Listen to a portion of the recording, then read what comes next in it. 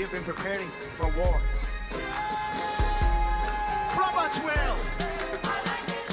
They call me Conor McGregor, there's no one better. I'ma fuck Khabib up, then go rematch Floyd Money Mayweather. If this dog shit Dagestani thinks he can stand with me, I'll damage him and leave him panicking. Let Russia know I am the king. I don't like you, won't even pretend to try to. I've waited this long to fight you. You shouldn't have fucked with my crew. We have been preparing for war. You ambushed Artem Lobov in the hotel lobby, so we went and called game. Now I'm coked up off of Molly, so I'm coming to the stage. And I think that you should probably stay the fuck up out my way. Somebody get me a dolly. You really think you're gonna enjoy with me?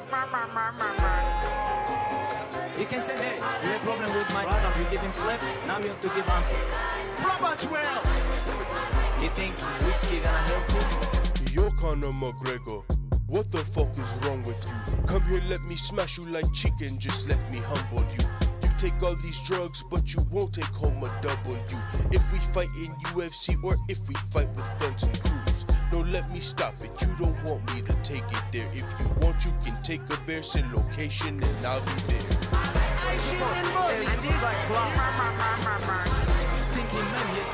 Ask these nuts!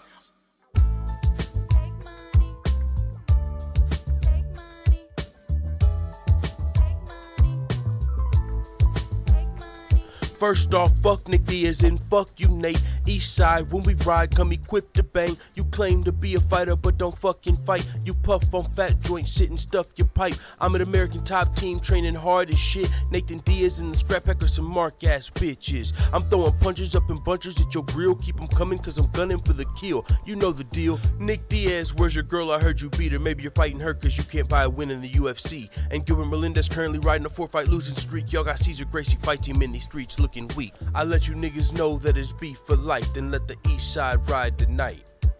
Scrap Pack murdered on wax deceased. Fuck with me and get your ass beat. Grab your Glocks when you see the diamond. Call your squad when you see the diamond. When I rock you, bitch, I'm coming for the finish. UFC 230, Nate Diaz gon' get it. Nigga, I hit him up. Yeah, they wish and they wish and they wish and they wish and they wishing on me. It's Tony time, bitch, I don't care who's fucking with me. Staying away from tiramisu's a struggle for Khabib. You don't wanna fight, you wanna cuddle with me. My elbows are knives and I'ma cut you with these. I don't really give a fuck who's with me. If this fat fuck will make weight's a big mystery. If you were smart, then you would probably pick me to submit Khabib at UFC 223. To submit Pettis at UFC 229. Tony time, Tony time. I knock out, sometimes I choke. I might be the lightweight GOAT. If my leg didn't get broke, would've probably beat Khabib. Then moved up and fought with Lee. Either wait for GSP. You don't wanna mess with me. Tony time, Tony time. I knock out, sometimes I choke.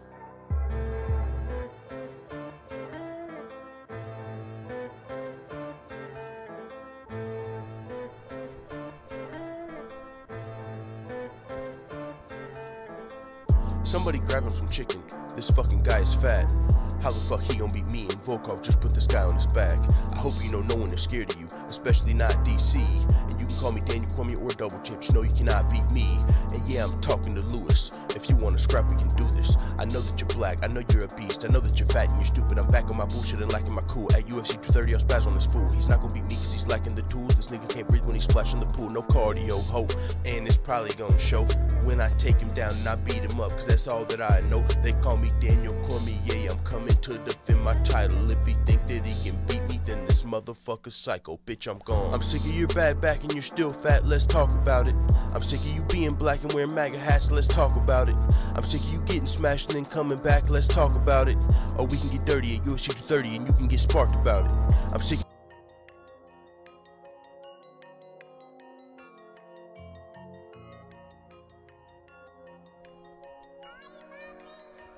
I done did a lot of drugs in my day, yeah I said it, but I'm still gon' kick your ass. Gustafson, I hope you ready. When I got into the crash, I ain't know the bitch was pregnant, but they treat me like a murderer, so motherfucker critic. Bitch, I'm ready to fight, and we can fight till the death. I'll hit your ass with the right, then with the right and the left, then kick you right in the chest, and have you fighting for breath, and then I'll turn the pressure up when you would try to get rest, leave you no time to adjust. Daniel, I'm coming for the title, so quit hiding your necks, because I'm right at your neck.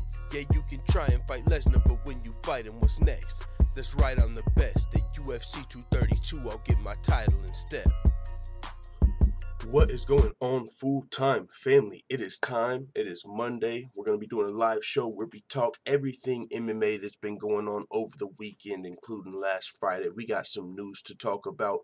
And for tomorrow's show, we're going to have a lot more because it's Monday. So you know you got Ariel Helwani's MMA show, Luke Thomas, MMA Hour. A lot of MMA news I'm sure is going to be breaking while I'm at work today. So we're going to get this live show in, and I'm going to fix the chat on the screen because I see some people are in here, but it's not showing up.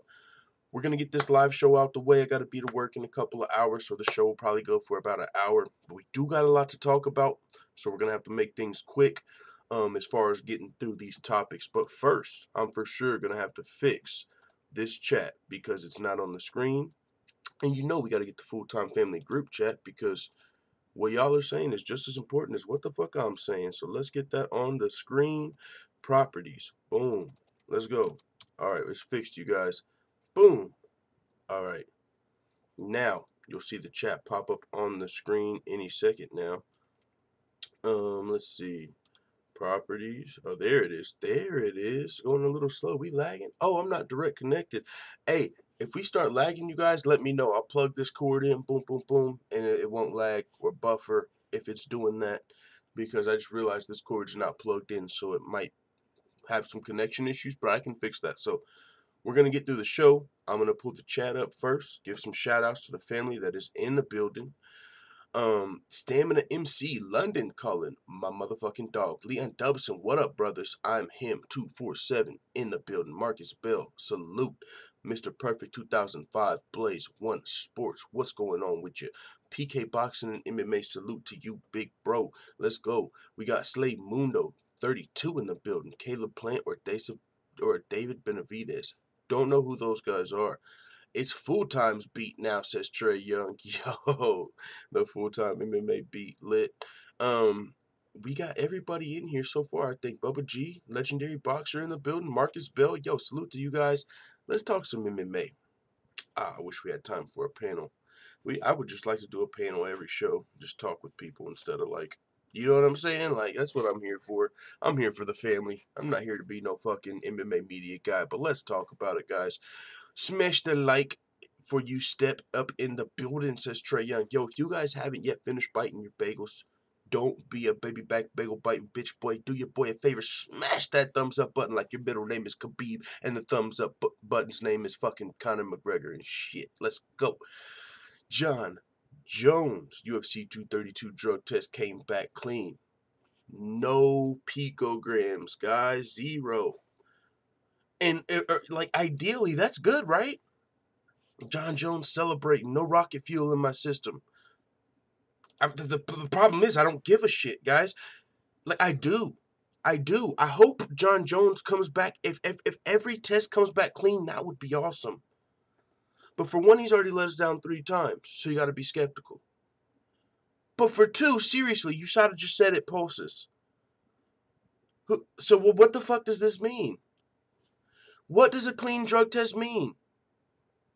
You had clean drug test, then you failed. And it's because, it can pulse, and so during your next weight cut, the shit can just pulse back in your system, right? So what the hell does a clean drug test mean for Jon Jones if they've already said it could be in his system forever? It could just pulse. Now, if you're telling me now Jon Jones has to fight clean from here on out, no picograms, now we're talking. But you can't tell me last week this shit can be in and out of his system and then celebrate that it's out of his system. Because next weight cut, if this shit comes back, oh no, he already got punished for this. Remember, we told you it pulses. It could be in his system forever. So why are we excited about a clean drug test if we don't have the science to tell us if it's out of his system permanently? Honestly, the fact that you can have clean drug tests and then fail another one is I've used this before. If you get drug tested by your job, or even if you're on probation, parole, diversion, whatever you might be on, we'll just use weed. If you're getting drug tested for marijuana and your levels have to come down, and your levels keep coming down, and then you hit zero, baseline, zero, there's no more marijuana, no more THC in my system at all. That's when you start being clean. Once THC shows back up in your system, it's not from the last time you smoked weed. It's because you thought you could get that shit out of your system. You tried to smoke a couple times. You thought you could just hit it twice and sweat it out. And it didn't work. And so now you failed your drug test. But your employer or whoever the fuck is testing you, they're not going to buy that shit. They're not going to say, oh, you know, like, you were clean and now you're not. So, I mean, I do like that Jon Jones' drug test came back clean because now he's at a base level. But my question is, what does this mean if it can pulse in his system? I'm not a Jon Jones hater. I don't give a fuck about this man. This is another man. Do your thing, make your money, beat people the fuck up. If you're snitching and doing steroids, bro, that's something you're making your bed, you lie in. That ain't got nothing to do with me. I don't have no personal vendetta against Jon Jones. It's not personal. I'm not a hater. Nothing like that. We're just going off the facts and what we've seen unfold in front of our eyes. We're talking about multiple failed drug tests. We're talking about your last 2 fights, you had something in your system regardless of the amount. Nothing personal, nothing. I would love for Jon Jones to be clean, get his legacy back, prove he's the greatest fighter of all time. Because, by the way, honestly, I'm starting to feel like Jon Jones is just a fucking public, like, sacrifice to the fucking drug testing system. Because the more you look into, like, the UFC, and if you still haven't watched the video from Mixed Molly Whoppery, the Pringles defense, you need to watch that. Another fucking video that just came out, the Alpaca Thesaurus, he just blew the whole lid off of this shit. And now it's just a YouTube video, and you know, there's YouTube videos that'll tell you the moon is made of cheese, so you got to be careful, you know, clearly, but it sounds good. Like, do I know Alpaca Thesaurus personally? No, but that fucking video he did on this whole Jon Jones and USADA fell in the test, that breaks shit down. And he's taking it to a whole nother level of what this might have been. But regardless, what I'm saying is, it's not like, and this is why I'm letting you know it's not personal with me and Jon Jones. I don't give a fuck who's on steroids, you know what I'm saying? If you're passing your test, and we don't have to question if it's a level playing field, because I'm really starting to feel like Nate Diaz said, and a lot of the clean, Mark Hunt, all these dudes are on steroids. I'm really starting to feel like that. Now, are they testing positive? No, they're probably just better. That's why whenever Jon Jones fails drug tests, you have people, you know, using wording like, I've never failed a drug test. They don't say I've never taken steroids. I don't know why, you know, they're not as pissed off as you might think. A lot of fighters are still calling Jon Jones the GOAT. It's like, if I'm not cheating and this guy is, how can I call him the GOAT? I think a lot of people are having their, you know, they're not testing positive, so it's not in the open. But I think a lot of people are on fucking steroids. Like Nate and Nick Diaz says, everyone's on steroids. And so Jon Jones is just somebody who couldn't seem to beat the test for whatever reason. Now, with that being said, the skills are there. Because now, if you're going to say that everyone's on steroids and Jon Jones is just the best fighter, yeah, he's the best fighter. Now, if you want to take your GOAT conversation to Natty GOAT and all that shit, we can have a different conversation. But as far as UFC 232 is concerned, Jon Jones' drug test against Alexander Gustafsson came back clean. And with that being said, hopefully they can stay clean. Am I going to fucking instantly say, oh, I told you Jon Jones he's the GOAT? And no. I'm still having a hard time buying what the fuck's going on with what Jon Jones is selling. I'm still having a hard time buying what Jon Jones is selling. Even this drug test could mean nothing. Because USADA, like last week, 2 weeks ago, they were just telling us it can pulse in and out of system, and we don't know how long it can be in there. So he's fighting again really soon. He's making a quick turnaround against Anthony Smith in like 3 months. So how can we be sure that this turbinol is out of his system for good? Can't it just pulse up during the next weight cut? So I really don't understand what there is to celebrate here if we don't know what's going on. But Jon Jones celebrating, and he also took shots to, throw some heated. Alexander Gustafsson said no jet fuel was found.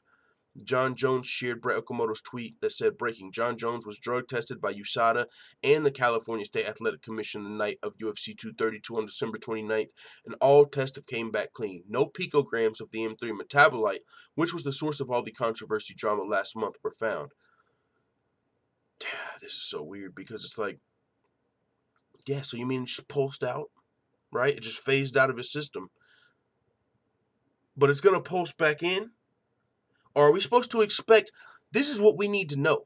This is what we need to know. So now that he's got clean tests, is he expected to have clean tests from here on out? Or does he still have a window of pulsing? So next fight camp, if this shit pulses back in Jon Jones' system, we just take it. Oh, Jon Jones has turbinol in his system. It's because that shit's still pulsing from 3 years ago. What the fuck? That's why I'm not excited about Jon Jones' clean drug test, because it's like, is it going to pulse or is it not? I wish they would have said, now Jon Jones has zero excuses to test positive for anything from here on out. We don't want a fucking estrogen blocker, a picogram, or nothing. If he tested positive ever again, he's out of here. Or if he tests positive, are we just going to say, oh, we don't know the science, it might be pulsing and shit. What the fuck are you handling all the drug tests for if you don't got the science correct? Ain't that the reason you got hired is because you're the best of the best? Now we gotta fucking consult with all these other guys. Hey, have you guys heard about this pulsing metabolite? Have you guys heard about... Wait, you guys are the fucking experts, right? So, I don't know what this means except for Jon Jones doesn't have a picogram in his system. But it's not like it can't pulse back up. Finished my so-called kryptonite before the champ, and you're just finishing everybody you couldn't finish in the past. Skeptical hippo? Gustafsson had you in the hospital, on the hospital bed after your first fight. So now you take some time off, you come back, and you finish him in the 3rd round? It's not like you did something like Henry Cejudo where you just stayed active and kept whooping ass and kept grinding and kept getting better and then you beat Demetrius. You failed some drug tests, took some time off, came back, and now you're looking better than ever. By the way, you didn't pass the drug test. So, whatever, man. I'm not excited about this clean drug test, and I'm not a Jon Jones hater. It's what we've been told. It's supposed to pulse in and out. He's supposed to pass his drug test, right? But fight time, is he going to pass or fail that one? That's what we need to know. Finished my so-called kryptonite before the championship rounds. Absolutely no jet fuel was found on the murder scene. Oh, it's a murder scene. This guy. Just wanted to make sure you saw this. Like Gustafsson, I just wanted to make sure you know, like I passed my drug test afterward, even though I failed the one before. Like, bro, I want you to pass the drug test before the fight.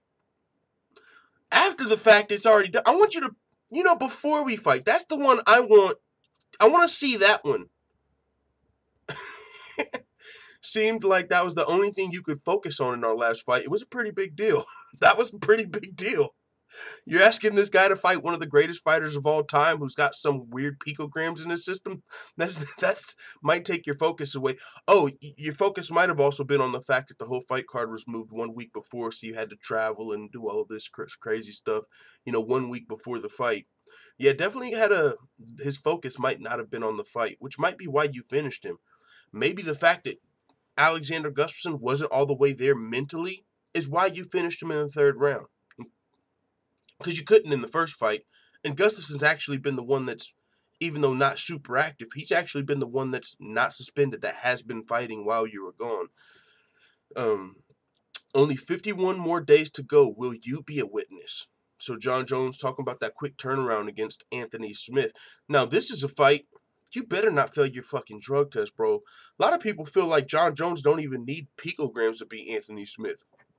Now, I'm not counting Anthony Smith out like the odds makers, but boy, he's a big underdog. Like fucking 7-1 or something that opened up 6-1. So, as far as matchmaking is concerned, this is, the odds makers are treating Anthony Smith like he's a middleweight that came up to light heavyweight, beat a couple of old out the door, former champions, and one guy, and now he's fighting Jon Jones. They're treating him like what's actually happening.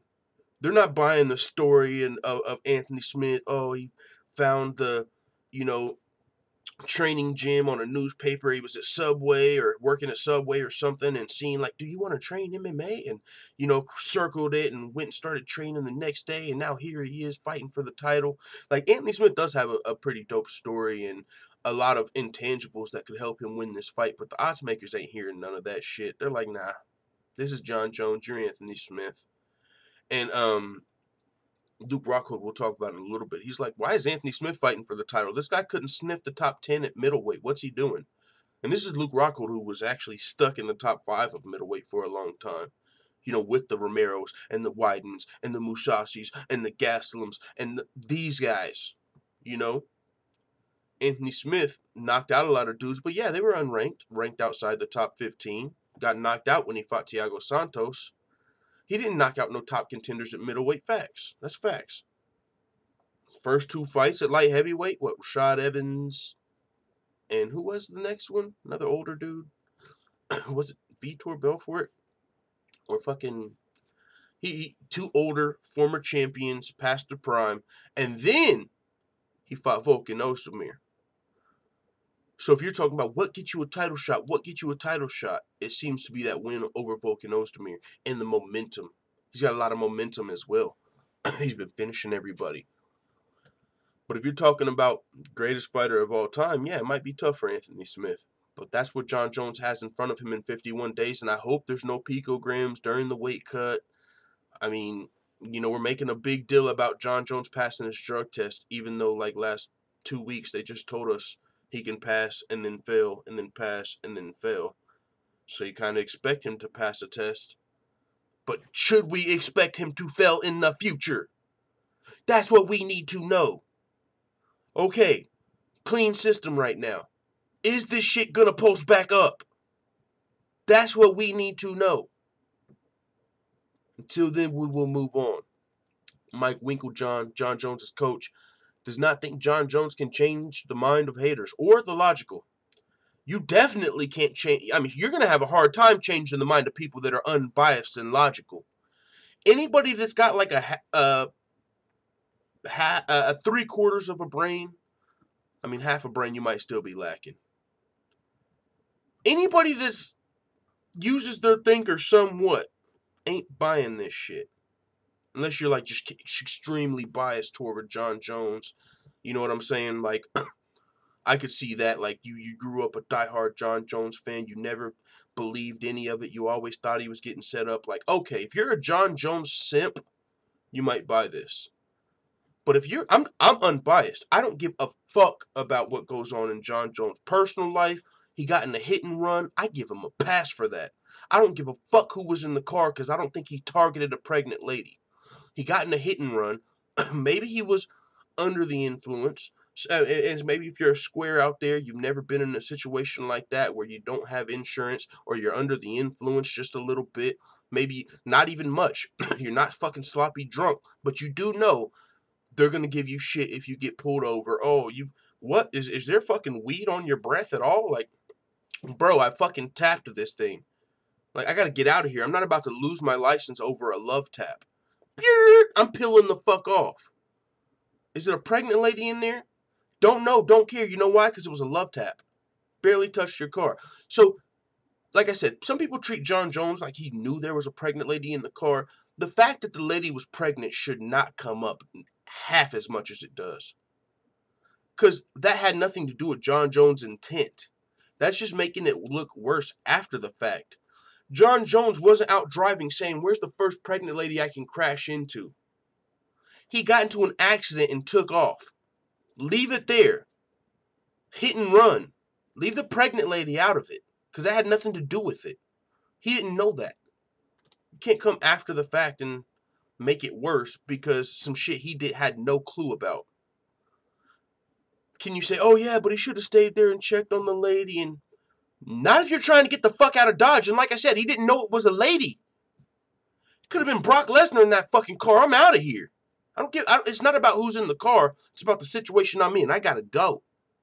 I've already been in some shit. I got to go. I can't afford to lose my license, bro. Bye. Nothing to do with no damn pregnant lady. So I'm not a Jon Jones hater by any means. I'm looking at the failed drug test logically, like, what is this shit going on? I'm not no hater. So he is right, though. Could you imagine if you were a Jon Jones hater? You ain't hearing nothing. You're probably throwing pregnant lady. Every time you talk about the car crash, you probably say something about the pregnant lady. That's the Jon Jones haters. The people that continuously bring up that pregnant lady shit. You're a Jon Jones hater because it's hard to hold that pregnant lady shit against Jon when he didn't know who was in the car. You know what I'm saying? But it's going to be hard to convince people that are just using logic that this man, that he can change their minds. Because that's where I'm in. I'm not no Jon Jones hater. Hold on, you guys told us he's got something in his system and he's still being allowed to fight and his whole system's being moved on. It's not his first failed drug test. I don't got to be a fucking hater to look at the facts. Jon Jones' coach said, there's not much response because if you already hate Jon or if you already don't like him, you're one of those haters. It's not going to change anything. If you like Jon, you like Jon. So I've kind of given up on all that through experience. Yeah, if you like Jon, you like Jon, and anybody else is a hater. Either you like Jon or you're a hater. There's no fucking room for unbiased. There's no room for logic. Either you like Jon or you're a hater. He's innocent or he's guilty. But if he's guilty, you're a hater. What? Okay. I don't know about that. But we're gonna move on. We got a lot to talk about today, guys. Leon Dubson said, I've done some shady shit in the past. On the spare of the moment, bro, if you ain't done no shady shit in your past, you're probably a weirdo. Like, you're probably super square. You grew up with a real nice life, and there's no problem with that, but you just can't relate to a lot of this shit that goes on with people who have been through real life experiences because you've never been there. You've never been through some shit. You've never had to get out of a situation. You don't know the consequences and the repercussions of how it can affect your life and your future. If you just get the fuck out of there for 5 seconds, it can fix everything. Personal example, I was at a gas station one time before work. I was on the way to work and some more shit. I'm trying to fucking back out, get to work, not fast or nothing. Someone swings into the fucking gas station right behind me so fast I barely even see him. If I was backing out fast, I would have creamed their shit, but I was just backing out, so it was light. I tapped their shit. They kept driving. They felt the tap. They kept driving to the gas station so I could get out. Do you think I stopped to exchange information? No, because I didn't have insurance at the time. Couldn't afford my insurance. So if I stop, exchange information, I don't got insurance to give you. If the cops come, I lose my license. Both of our cars are good, mind you. A love tap. Fender bender. Barely touched each other. Should I have fucking stopped and made sure that that wasn't a pregnant lady in there and made sure that she wasn't going through contractions and her water didn't break? Or should I fucking and then lose my license, therefore, and not make it to work, potentially fuck up my whole life? Or peel the fuck out of there on the fender bender? I see you when I motherfucking see you. It ain't that hard. But you got a point. Leon Dubson says, great point. Cat Barrio Hardware says, USADA wanted to take urine samples found under the ring because they found out later and was pissed. Yeah, I think a lot of us, if you're a hardcore MMA fan, you've heard about the Jon Jones under the octagon story. USADA came there and they waited for him and he was hiding. He was even pissing under the mat because he didn't want to come out because he didn't want to get tested by USADA. And that could be true, but the where I'm getting to with Jon Jones is I really don't care. I mean, you keep failing tests, which is your fault, but I really feel like a lot of these dudes are using something, bro. Even a lot of my favorite fighters. I don't want to put... Well, actually, Team Alpha Male already did it, so I think I'm a little safe to just speak my mind because. But TJ Dillashaw is one of my favorite fucking fighters. He literally is one of my favorite fucking fighters. But boy, you can't look at TJ and go, That's one of my favorite fighters. But he's never failed a drug test, so you can't really question it. The only reason I kind of feel safe even saying his name, because I don't like doing that, is because Cody Garbrandt fucking said, you showed Team Alpha Male how to use steroids. You know, kind of self-snitched there. You showed us all how to use steroids. He didn't say, and we protested it. Like, we sat around for the class. What? So, I think there's a lot of people that can beat the system with the science and the... But until they fail drug testing, you can't really... Oh, he's on steroids. He's on steroids. She's on steroids. He's on steroids. You know what I'm saying? But yeah, so Jon Jones ain't the only one. He just gets the most heat for it because he publicly fails the drug test. You know, on top of, yeah, some people probably don't like Jon Jones. And I do think there is some to that. Don't get me fucking wrong. I'm sure there are some people out there who, you know, like, I'm not going to race bait at all. But, you know, there are some people that, probably the people that fucking hate Tyron Woodley, boring, Usman, boring, and they love Colby Covington. They're probably, I could see some of those people just not jiving with Jon Jones. You know what I'm saying? Like, you're not a racist, but you're biased towards your race. You know what I'm saying? And that's not racist to me. But there's definitely some Jon Jones actual haters out there. I'm 100% sure. They blame him for the pregnant lady. Like, they probably think the baby didn't make it. You know, like they think the worst.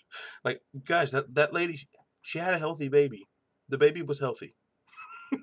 Like, that baby's probably 5 years old now, and everyone's like, he wrecked into a pregnant lady. The baby's, like, healthy, fucking probably wrestling already.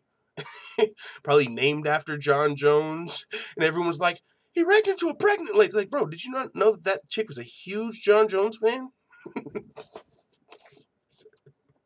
My bad. Okay, let's move on to the next topic. She was a huge Jon Jones fan, guys. Like, we didn't even get to ask. Maybe she didn't care. All right. Conor McGregor tells broke boys Khabib Nurmagomedov and Paulie Malignaggi. I only call him, I don't know what the fuck I almost called him. It's that last name. Paulie Malignaggi, don't be bitching. Some of you guys might remember after the Conor McGregor fought Khabib, toward the end of the third round, I believe. It was the third round. They were clinched up. The round was about to end. And Conor said something in Khabib's ear. A lot of people thought he said, it's only business. And honestly, it's kind of what it sounded like. But wouldn't make a lot of sense if Conor's telling Khabib it's only business, like at the end of the round. Conor's best round. Khabib had round 1, 2, and 4, right? People are saying Conor got round 3. Khabib's never lost a round, except for that round 3 versus Conor. So why would Conor at the end of that round? It's only business. Bro, I just, like, you know what I'm saying? The round that he won. It doesn't make much sense, you know. It's only business, right? When you're starting to win the fight, like when you're winning a round, when you're having your success. Maybe when you're getting your legs fucking wrapped up and trapped up and fucking, you know, that Khabib pressure. Maybe that's when you're like, yo, it's only business. What the fuck? I'm not meat and you're not a bear. It's only business. We're both human, Khabib. Maybe he looked in Khabib's eyes and just seen that fucking death gaze. It's only business. Whoa, it's only business. But no, it was at the end of the round that he won. And Conor's maintained and denied that fact. I never said it was only business. I told him don't be bitching. Now, it sounds a little different. I'm not going to lie. And I think MMA World, one of these YouTube channels, they slowed it down and they played it in the beginning. And it sounds like Conor saying, it's only business. I'm not going to lie. That's what it sounds like. Now, Conor's saying he said, don't be bitching. And he's posting a video where he said that to Paulie. I told Paulie, don't be bitching. And if you think about the fight, Khabib was doing a lot of bitching, right? I mean, for good reason. Conor was landing some illegal-ass shots. And the refs are not saying any. What do you do if you're a fighter and, like, someone keeps fucking landing illegal shots and kneeing you while you're downed? Fucking ill. You know what I'm saying? And the ref clearly don't give a shit. Do you look up to the ref and say, hey, I don't know if you forgot or not or if you're starstruck, but those are illegal, bro? You know, like, who was the ref in that fight? I think, like, Herb Dean. Like, I don't know if you're a big Conor fan or if you're starstruck or what's up, Herb, but these are illegal, bro. You got to warn him at least. It's like, I'm the fighter. I'm not the ref. How can I keep talking to you? But Conor was getting some illegal shots off on the floor. It wasn't helping him, though. And so with that being said, Conor said he's telling Khabib, don't be bitching. He's like, bro, we fought for 4 rounds and he bitched in like 3 of them. Don't be bitching. Now, it really doesn't matter. The fight's over. Conor lost. He tapped out. I mean, are you saving face really by changing your words in the fight? It's only business. Regardless, or don't be bitching. What do you mean don't be bitching, bro? You need to be fighting. It don't matter if he's bitching or not. He's bitching while he's winning. He's whooping your ass while he's bitching. Instead of worrying about semantics about him bitching or whatever you were saying, we need to worry about how the fuck we can win this fight. Because you didn't. You lost and you got tapped out. So this is really all after the fact. Who gives a shit? No matter what you said, you lost. But some people did, I guess it kind of looks worse if you're trying. Some people thought Conor was trying to cop a plea in the middle of the fight, trying to say sorry, apologize. It's only business. I'm sorry. Don't beat me that bad. That don't sound like something Conor would say, but it sounded like Conor said that. Because when I went back and watched it after he said, don't be bitching. It sounds like there's an S in whatever Conor was saying. Biz. It sounded like an S. It didn't sound like bitch. It sounded like biz. It's only biz. So, I don't know. You can go back, be your own judge, but it's not even clear enough to give a shit. What you need to care about is who won the fight and how they won the fight. And that was Khabib Nurmagomedov via unanimous, via dominance, but it wasn't even a unanimous decision. He choked you out. But it would have been a unanimous decision. He was dominating the fight. You won 1 round. But Conor took to social media, and this is what he posted. He posted a message in a video. He said, let the record show. I like Paulie McDougal's. Here's a confrontation between us regarding a picture he was upset about. Yes, you heard that right, a picture. I told him here to his face, don't be bitching. Common knowledge, I would think, for a fighting man. Don't be a bitch. Bitching. The same thing I said to Khabib at the end of round 3. My round. Don't be bitching. Every single round bitching to the referee. He was even bitching in the 4th round from the mount position. It baffled me. If anyone should have been saying anything to the referee, it should have been me in that 1st round. Hey, are you going to let me get away with more of these illegal shots? No. That round, he held on to my legs for 4 minutes straight with 0 activity. But a fight is a fight. Who gives a fuck? Crying to the referee like a proper bitch. Proper 12! Irish whiskey! Alright. I was trying to dig my fingers into his Adam's apple. Many individuals in the fight business, I have learned lately, are absolute bitches. I know yous are broke boys, but don't be broke bitches. Calling Khabib broke boys a broke boy. Khabib just made some decent money, even though... What's going on with that hearing? Are they still holding half of that, by the way? Are they still holding half of Khabib's money? Who knows? I don't think he needs it. But Conor did say here, don't be bitching. But this wasn't in the fight. I told you when you came. Relax. What are you saying? What are you saying? There was no pick. Don't be bitching. Get over it. Relax. Did you bring your balls? Did you bring your balls, Conor? Remember, did you bring your balls, Conor? Get over it. Did you bring your balls, Conor? Did you bring your balls, Conor? All sparring. Remember what I said? When you quit like a bitch, Saturday. Yo. I'm a fighter. Relax. He had to tell that cop, I'm a fighter, relax. Like, bro, that cop don't give a fuck if you're a fighter right about now. To him, he's about 6'2", 250, and you're about 5'4", 180, 160. He ain't thinking, is this guy a fighter? He's thinking, get him the fuck away from Conor. But that's another topic for another day. I will say this about this confrontation. Conor McGregor was on Paulie's ass. Conor was on Paulie's ass. If Conor was lying, would he be in his face? I kicked your ass. And Paulie wasn't denying it right there. I wanna take this back for a second. Because Conor gets in his face and he's like, yo, I kicked your ass. Paulie's like, no, you didn't. What the fuck are you? He's not saying, why are you lying? Why are you lying? No, he's not even denying it. When Conor McGregor is in Paulie's face, why is he not denying it? I told you when you came. Relax. What are you saying? What are you saying? There was no pick. Don't be bitching. Get over it. Relax. Don't be Did you bring your bitching. balls? Did you bring your balls? Remember, did you bring your balls? You got your ass whooped. Did you bring your balls? You got your ass whooped. He's in his face. You got your ass whooped. And he said, bring your balls. You ain't gonna deny the claims. You got your ass whooped. You got your ass whooped. He's in his face. He ain't saying, no, I didn't. What the fuck? Are you crazy, bro? Do you not remember what happened? Like, it looks like Conor whooped his ass from that little exchange, but we will see. I think Conor has still said he's going to release those Paulie tapes on, like, maybe Notorious 2 or some crazy shit. I'm not sure where or when, but I know Paulie still wants him out there. Or does he? Let's move on, guys. Not a lot of time, lot to talk about. Khabib to tap machine Conor McGregor. You will live in shame all your life. Khabib's responding to that post. He said, you will live with the shame all your life. BI ... Hashtag tap machine. Hashtag McTapper. You should have just went full fucking vulgar on him. You're going to live with this shame all your life, you little fucking bitch. Don't put ... You already switched up. Already talking about money fights, jumping over cages. I mean, where'd the humbleness go?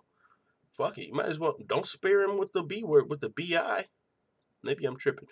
But I can't play this fight footage of Conor tapping because that might get us flagged. But he said, you will live with the shame all your life. Tap, tap, tap. And man, see, I'm a Conor fan.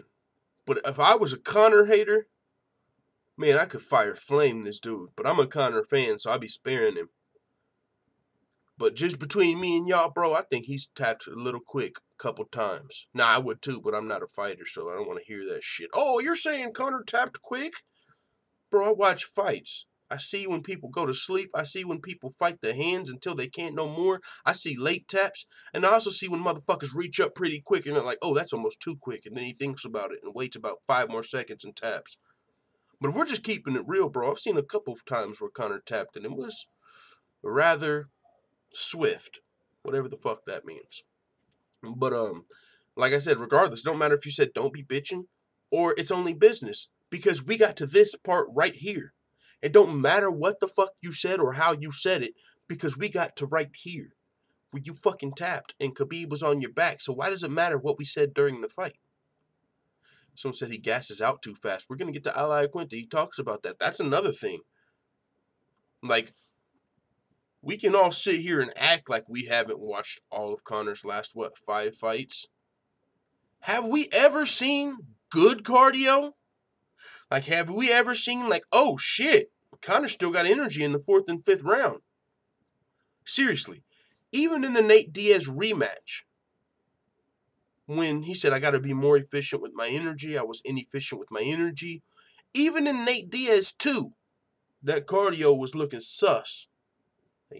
Ooh, got your hands on your head, hands on your hips, like out of breath.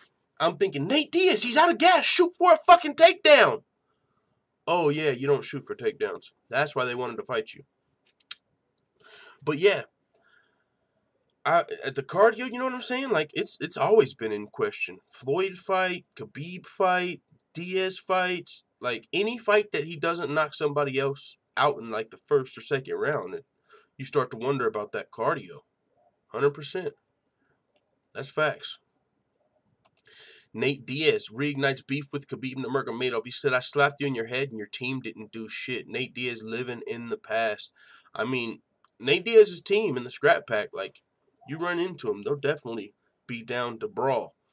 But, bro, we can't be talking about slapping Khabib in the back of the head 12 years ago if we ain't been fighting. I don't know. It wasn't 12 years ago, 5 years ago, 3 years ago. Don't matter. It was years ago. You know what I'm saying? It's kind of like an old man sitting on his back. In my day, I slapped Khabib and he didn't do shit. What? Bro, Khabib is out here fucking shit up. Why are you talking about this, man? But he responded to that post we just talked about. That Khabib posted talking about. And it's like Nate's coming to the defense of Conor a little bit. He's seen that on Khabib's Instagram and said, yeah, but I slapped you in your head and your team didn't do shit. Live with that. You're all pussies. So he's saying you're all pussies. You slapped your team. They didn't make a move. They didn't bust a move. Shit, I'm sure he's talking about McGregor a little bit. Yeah, he taps. I tapped him too. You're all pussies. Nate Diaz, you know, I'm looking forward to his next fight. I'm not gonna keep putting a rush on it or anticipating it, nothing like that. We'll see it when he sees it.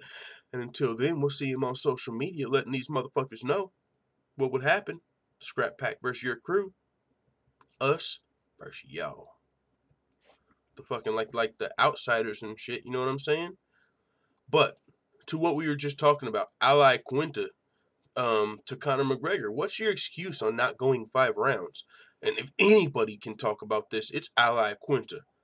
Iaquinta, fuck what anybody's talking about, bro. Like, I've always been a fan of Iaquinta because of his personality and the fact that he kind of, you know, he's able to speak his mind, and I like hearing that and shit.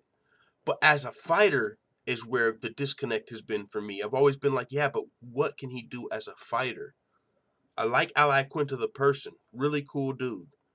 But as a fighter, that's where my disconnect personally has came. I'm like, but what can he do against the best fighters? Is he going to be a dude that sits and tweets and talks and goes back and forth with the UFC? Because I enjoy that. But I want to know about Iaquinta the fighter. And my questions, I feel like, were all answered when he beat Kevin Lee. Iaquinta went from just being one of my favorite personalities to being one of my favorite fighters with that win. Like, I'm still extremely impressed with how he beat Kevin Lee, who he had already beat once in the past, but Kevin Lee had been remaining active and just showing improvements in his game. From the day he stepped in the UFC, he's improved and improved and improved, and Kevin Lee was on the trajectory to challenge for the title in 2019 or 2020 if he didn't lose this fight. This was a huge win for Iaquinta. I feel like very impressive as well. But that's just this win over Kevin Lee. and it just makes his last win look that much more impressive when he stepped up on short notice to fight Khabib. Iaquinta trained for a 3-round fight. Stepped up and fought Khabib 5 rounds on short notice and made it to a decision. Seriously. McGregor trained for 5 rounds in a lot of his fights, and he doesn't make it to 5 rounds. If he does, he's taking deep breaths, and he would have probably got a yellow card in fucking Pride for running around the cage. You gonna tell me if you can get yellow cards or lose points for running away, you gonna tell me McGregor wouldn't have lost a point in that second fight? Okay, I'm just saying. I mean, I feel like, man, I hear people coming back and saying, like, McGregor versus Diaz 2 was, like, their favorite fight of all time. In what fucking world do you live in? That fight pissed me off. There's been so many good fights, bro. How the fuck could McGregor versus Diaz 2 be your favorite fight ever? Like, just sitting and thinking about those, like, 3rd, 4th, and 5th rounds, I'm kind of, like, pissed off. Like, what the fuck? I'm not excited. That's not one of my favorite fights. That's not even one of my top 10 favorite fights. But back to the point, McGregor's cardio is in question, and Iaquinta's doing the questioning, and boy, he stepped up, fought 5 rounds, short notice, unprepared, and didn't even look like he was dog tired at one point throughout the fight. Even in the 5th round, you know, he was still, when they were reading the judges' scorecards, he was still playing around and smiling and shit. So Iaquinta is asking Conor, what's your excuse? Nigga, I got a bunch of fucking money. That's my excuse. I'm out here selling proper 12 on the weekends and sandblasting hoes on the weekdays. What are you talking about? No, that's not a legit excuse.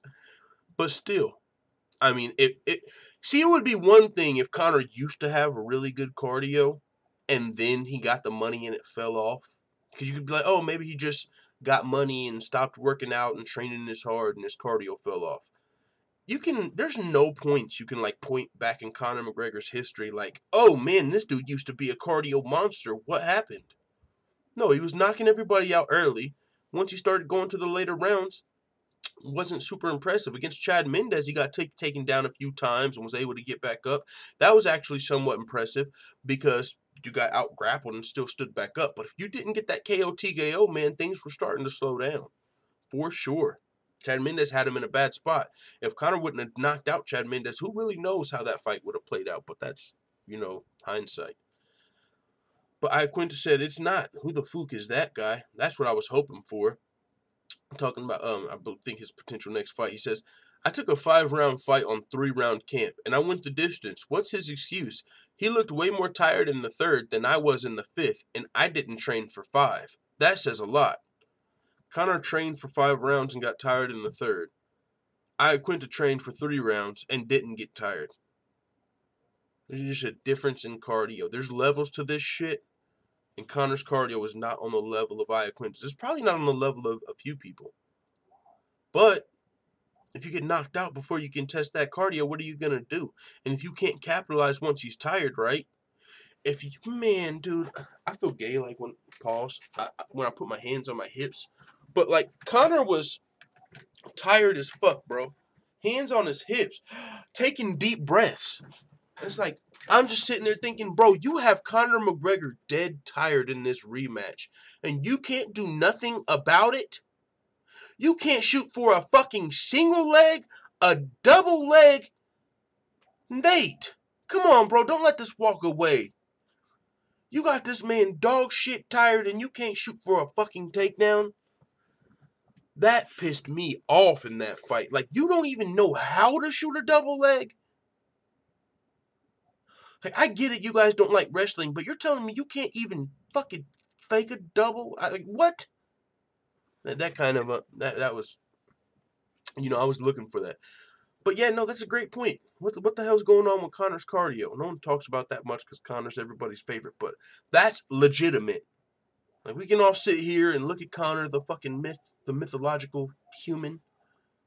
But if you look at what you're actually seeing, you're seeing questionable cardio. But you're also seeing some power, that can make up for that if he knocks you out early. But boy, anyone that Conor hasn't knocked out early, it really hasn't been great. You know what I'm saying? And when I think about Conor, like, Dana White did like an interview with some business magazine recently, and he was like, what I'm supposed to do as a promoter, make you feel like someone is untouchable.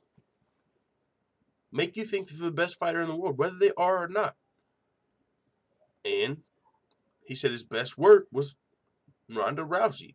Everybody felt like Ronda Rousey was the greatest thing since sliced bread could never be touched. Oh my God, she's going to be like the women's Jon Jones. Then after a couple losses, everyone's like, what the fuck did we see? And then Ronda Rousey's getting a little more credibility back, in my opinion. Not only because she's been killing shit as the man over in WWE,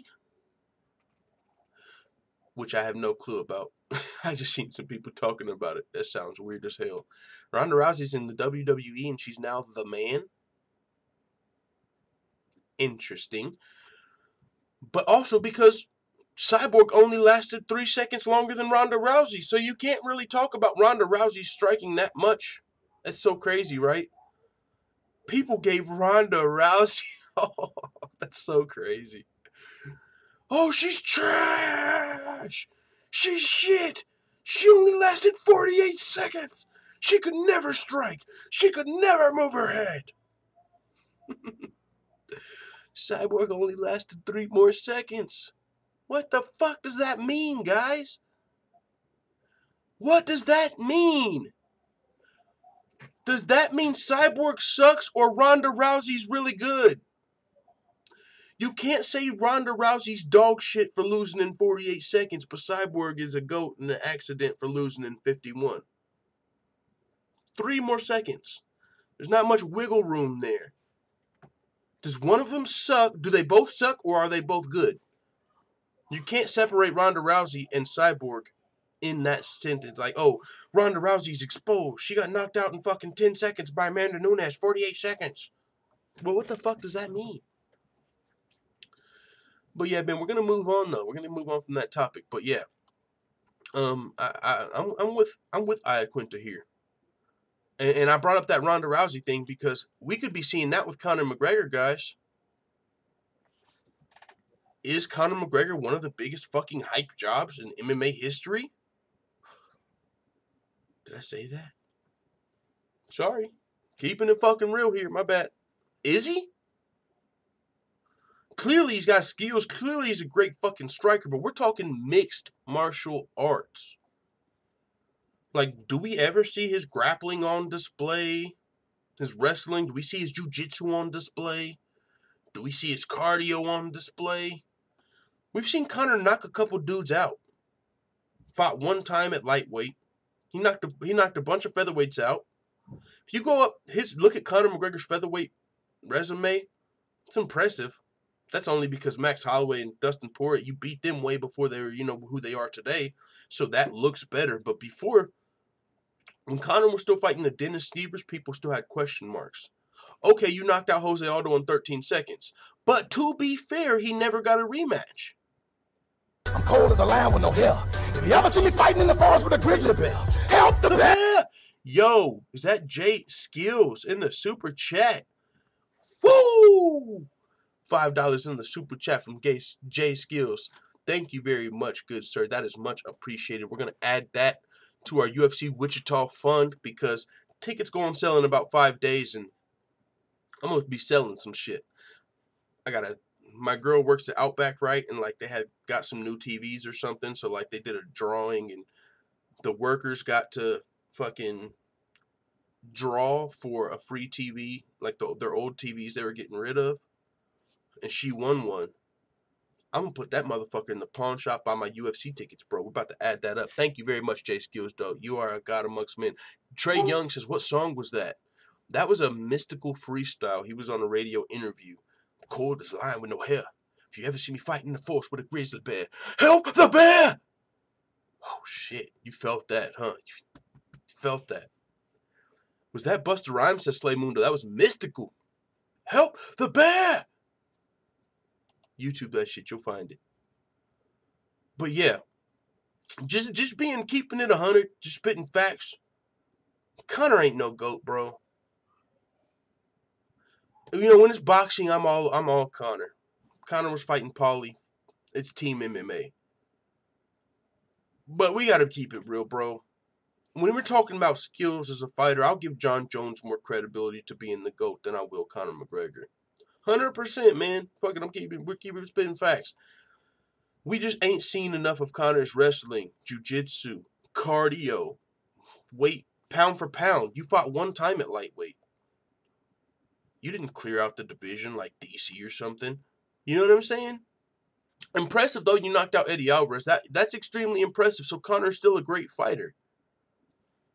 But he hasn't proven he's as well-rounded or successful in multiple weight classes or dominant. His resume, if you look like we just did with Cyborg the other day, or you could do it with a number of fighters. Resumes matter to me. What level competition were you fighting? Is your record padded?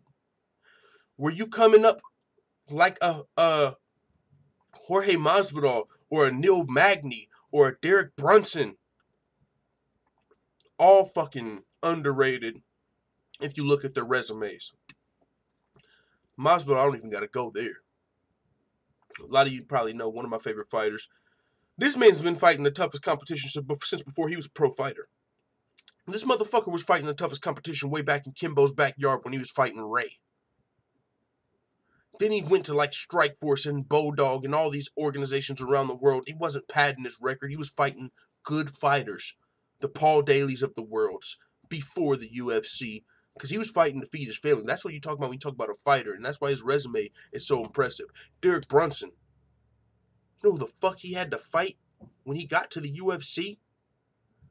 His like third fucking pro fight. In his third UFC fight, he's fighting shit like Yoel Romero. Scored 3 takedowns on Yoel Romero. One of the... What? By the way, man, fuck the UFC's new website. What? I can't see those stats anymore? What? I can't go to UFC.com and see that Derek Brunson took down Yoel Romero 3 times when they fought anymore? That's bullshit, bro. You got to work hard to take down Yoel Romero. To take down Yoel Romero 3 times in like your 3rd UFC fight? Put some fucking respect on Derek Brunson's name. But guys like that, they got to fight Yoel. Then they got to fight Rockhold. Then they got to fight fucking Weidman. Then they got to fight Thiago Santos. Then they got to fight fucking Whitaker. So it's almost impossible to make it to the title because no one can beat everybody. But some people get to go through and fight fucking Takeya Mizugaki, then Thomas Almeida, then Dennis Seaver, then fucking, what's this group? Rachel Ostovich. Fucking, who did Sage Northcutt get to fight? Bro, there's fighters who get favorable matchmaking and fighters who just, hopefully you can beat everybody. But Conor was one of those guys, bro. He didn't have to fight anybody that was a stud wrestler until Chad Mendes short camp. That's facts. That's not a lie. That's not something I'm saying shit on Conor. I'm a Conor fan. That's facts. His wrestling didn't get tested until Chad Mendes, and he almost failed the test because Chad Mendes had him in a terrible position. But that was really the first time you've seen Conor's wrestling tested. Styles make fights, bro. If you've got someone that's a phenomenal striker and you let him come up through featherweight and not having to fight Chad Mendes or Frankie Edgar, they might be successful. Take Yair fucking Rodriguez. If the UFC didn't throw him at Frankie Edgar, we would probably still be hyping that guy up. But ever since he fought Frankie Edgar, it's been all downhill for Yair, who was supposed to be like the next big prospect Mexican star, baba boom. But he had to fight Frankie Edgar. There's so much for that. But you get guys like Conor McGregor, Max Holloway, they get to come up and, you know what I'm saying? And Max Holloway, it could just be because they weren't available. Because I like Max Holloway's chances against a